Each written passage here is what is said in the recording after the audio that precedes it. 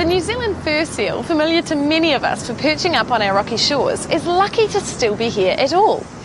150 years ago, sealers almost reduced this furry fellow to total extinction. Fortunately, there were still a few leftovers, and slowly but surely, the New Zealand fur seal is making a comeback. Why were their pelts so highly sought after in the sealing days? Oh, they're soft and pliable, and apart from that, later on they boiled them up, if you like, and used the oils and that as well.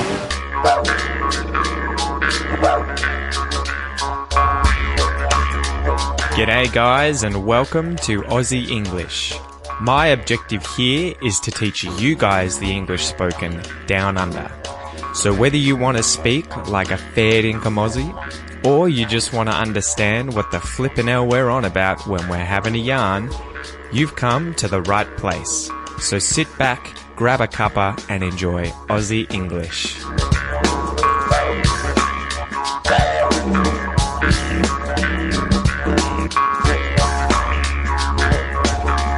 What's going on, guys? How's everything going? How is your weekend going? Welcome to this episode of Aussie English, guys. This is the #1 podcast for anyone and everyone wanting to learn Australian English, but not only that, anyone wanting to level up their English in general, as this is an advanced English podcast. Remember, guys, if you want to support the podcast, you can now go to the new website where I finally merged the podcast and the classroom into a single website, aussieenglish.com.au. Okay, you can go there, you can sign up for the podcast, which is the price of a coffee per month at the moment, and rumour has it that prices are about to increase. So if you want to get access to the transcripts, the MP3s, and the new player that I have in there, where you can read whilst you listen and you don't have to scroll up and down on your phone or computer, it does that for you. Go to aussieenglish.com.au and sign up for the podcast.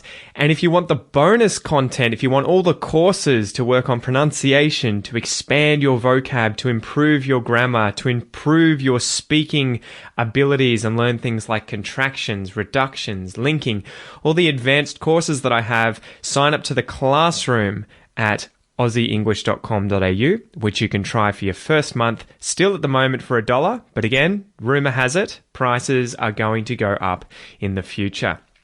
All right, you mob, so that scene at the very start, I wonder if you picked the accent from that scene, right? So you'll probably get it once I tell you what it was about, but that was an interesting accent and it wasn't an Australian accent. So go back and have a listen if you want to guess what accent that was.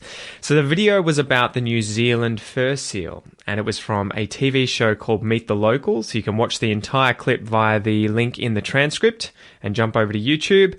But the accent she was speaking with was a New Zealander accent. So there's some differences there in vowel pronunciation. See if you can go back and have a listen to it. Anyway, so because the expression today has the word seal in it, the expression is seal of approval, I thought I would try and find a joke about seals, right? The animal. Arr, arr, arr. Seals from the ocean, right? So the joke is, what do seals do when they need medical attention? What do seals do when they need medical attention? So they're injured or something and they need treatment from a doctor or a nurse. They need medical attention. What do? Seek help. It's so trash. Oh my God. Seek help. Get it? Seek help. So this is a pretty deep joke, right? I mean, you'll see, if you see the words, you'll understand. But seek help is the algae in the ocean, right? It's kelp in the sea. But the pun here is with the words seek help, as in to try and find assistance, to try and find help. If you look for help, you're seeking help. I'm trying to seek help, and I go to the beach to see kelp, right? So what do seals do when they need medical attention? Seek help. It was so horrible. All right. So today's expression, guys, is seal of approval, which is sometimes said as stamp of approval as well. Seal of approval, stamp of approval. This was suggested by Emma in the Aussie English classroom. Guys, if you want to suggest your expressions, We then vote on them after you've suggested them. Make sure you get in the classroom, jump in the Facebook group, and we all work in there and choose these expressions each week. So as usual, let's go through and define the words in the expression seal of approval. A seal. A seal is a piece of wax or lead or other material with an individual design stamped, as if you had a stamp, which is that thing that presses a certain image into something else, right? So maybe you stamp your name on a document if you have your name on a stamp, right? Hopefully that makes sense. Stamped into it, attached to a document as a guarantee of authenticity. So the document is sealed with a stamp that shows it is authentic. Could be some wax, some lead, or some other material, right? Approval. Approval is the action of approving something, right? Accepting something, agreeing with something, allowing something to go ahead, okay?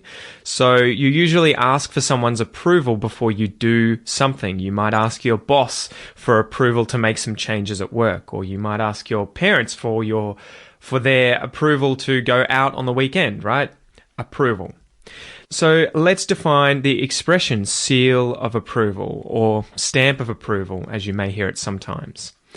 If a person or organization gives their seal of approval or their stamp of approval, they officially say that they like the thing and they are accepting it, or that they think it is acceptable. For instance, ministers have put their seal of approval on a proposal, but we'll get into more examples shortly. So where did this originate from? The phrase was used as an advertising gimmick by Good Housekeeping magazine, which gave its seal of approval to products that it endorsed. The products, in turn, bore a small emblem, that is, that they had a small emblem on them that attested to this endorsement, that showed that they had been approved, that they had been endorsed. So let's go through some examples, guys, of how I would use these expressions: seal of approval or stamp of approval. All right, so imagine number one. You are a young man who's been courting a girl for a while. And if you court a girl, it is that you are trying to, pursue her romantically. You want to marry her. You want to have a relationship with her. It's all of the stuff you do before that happens officially, right? You court the girl. You take her out. You get to know her. You show her you're worthy of being in a relationship with. So maybe you're both from traditional families. Maybe you're both the same religion. You could be Christian, Jewish, Islamic. You don't believe in sex before marriage, so you're pretty conservative. And you, as the man, know that before you ask for the girl's hand in marriage, you need to seek approval. You need to seek help, seek approval to marry her from her father. So one night you go to her house, you have dinner with the family, and then after you've had dinner, you ask to speak to her father privately. So you sit him down in the lounge, maybe you tour alone, the others are out in the kitchen or something, and you ask his permission to marry his daughter. If he gives you his permission, he's giving you his seal of approval. He's giving you permission to do so. He's allowing you to marry her. So he might say, yes, I like you, mate. You can marry my daughter. I give you my seal of approval. Example number 2. Imagine you are the king of a country, maybe England or France or Spain, somewhere in Europe, hundreds of years ago before the likes of iPhones, emails, and instant messaging. You have to make many deals and agreements with other kings and queens in Europe, other leaders in Europe, about things like trade or maybe, borders or wars, allegiances. Whenever documents are written up for you, though, that you have to sign, you have to melt some candle wax, you have to pour that onto the document, you have to stamp it with your royal seal as a way of signing the document officially, right? So quite literally, you are giving it your stamp of approval when you stamp it, and the thing that you're stamping it with is a seal. You're giving it your royal seal of approval, okay? So both literally and figuratively, you're giving the document your seal of approval. You're giving that document your stamp of approval. So, all right, number 3, imagine you work for a huge car company and you're the head of a big engineering project where you guys have to design the next luxury sports model of Ferrari or Lamborghini or Porsche. So you start from scratch designing this car, and you spend months and months with your engineering team designing the engine, the chassis, the body, the wheels, every aspect of the car. You've gone over it with a fine-tooth comb and made sure that the design is perfect. Once you think it's ready for testing, you might have to send your team's design to head office, right, to the CEO at headquarters, or some other high-up executive, for them to give you the go-ahead. So they have to look at it, they have to assess it, they have to give it their approval, they have to give it their stamp of approval, they have to give it their seal of approval. And that's because, building the car, the very first prototype of this new design is going to cost millions of dollars, and they need to make sure it's up to scratch. They need to make sure that it is what they want. Fortunately, they like the plans and they give it the seal of approval. So hopefully now, guys, you understand the expression seal of approval or stamp of approval, often said as to give someone your seal of approval or give someone your stamp of approval. And that is when someone agrees to something or says that something is acceptable, right? They approve something. They give that thing their seal of approval. So as usual, guys, let's go through a little listen and repeat exercise. This is a great chance to practice your speaking, your pronunciation, your intonation, everything like that in English. As I always say, guys, if you want to work on your Aussie accent, try to copy me as best you can. If you're working on a different accent, that is fine as well. Don't copy my pronunciation exactly, but work on the intonation, work on the rhythm, okay? Let's go. A seal. A seal of. A seal of approval. A seal of approval. A seal of approval. A seal of approval. A seal of approval. Good job. There's quite a lot of connected speech in there, right? With seal of approval. Okay, so pay attention to that, where we're linking the consonants at the ends of words to the vowels at the front of the next word. A seal of approval. All right, so let's go through and conjugate through a sentence, and we'll do this in the past sense. I gave her my seal of approval. You gave her your seal of approval. Okay, let's go. I gave her my seal of approval.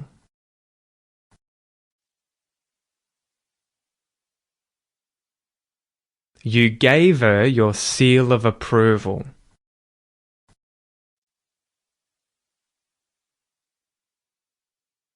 He gave her his seal of approval.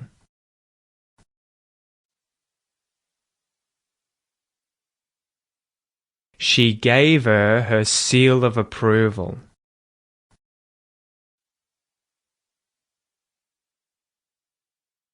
We gave her our seal of approval.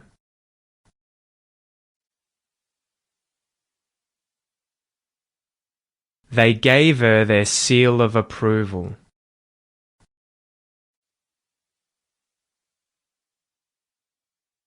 It gave her its seal of approval.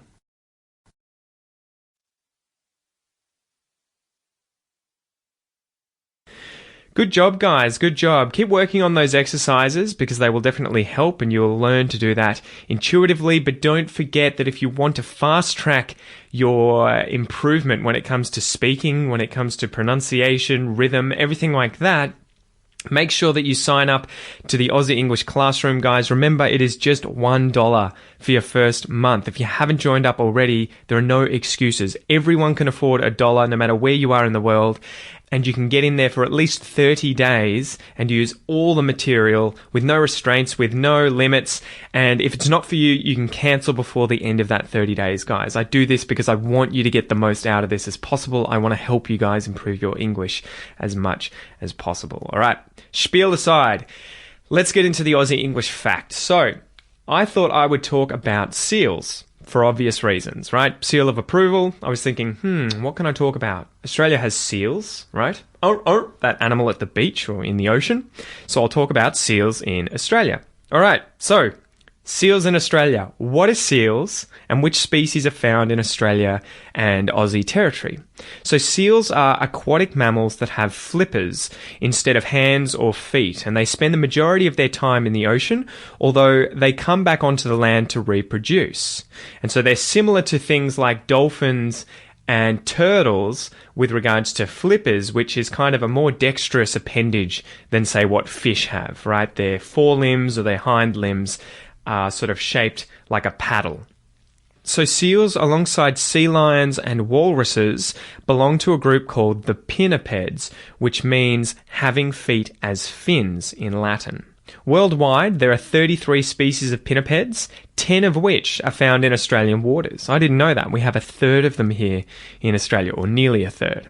However, only 3 of these species are found in southern Australian waters, while the remaining 7 are found in Australia's Antarctic territory. The 3 species that you are able to see here in Australia, with a bit of luck, are the Australian fur seal, the New Zealand fur seal, and the Australian sea lion. So these fur seals and sea lions are all close relatives in the family Otteridae, the eared seals, and they differ from other seals in the family Phocidae, earless seals. So what's the difference between fur seals and sea lions in Australia and other seals? Because they're actually a little bit different from one another. So fur seals and sea lions are close relatives, and they're found in the family Otteridae, the eared seals, that is, the seals that have ears, whilst other seals are found in the family Phocidae, the earless seals, the seals that don't have ears, and they differ in some pretty unique and cool ways. Firstly, as just mentioned, sea lions and fur seals are eared seals. They have small ears on their heads, while earless seals, as the name suggests, have no obvious ears. They just have holes in their head. Secondly, fur seals and sea lions have much more dexterous skin-covered, elongated fore flippers, right? The flippers at the front of their body, compared to the more stubby front flippers of other seals. Thirdly, they have a more developed hind set of flippers where they can swivel these flippers underneath their bodies, which allows them to lift their bodies up completely off the ground and move in a faster hopping or galloping-like motion across the land. Whereas earless seals are unable to lift themselves up using their hind flippers and instead are forced to move across the land in a much less dignified caterpillar-like crawl. Fourthly, sea lions and fur seals are much more social and spend much more time out of the water in gregarious groups, often called herds or rafts, of up to maybe 1,500 individuals.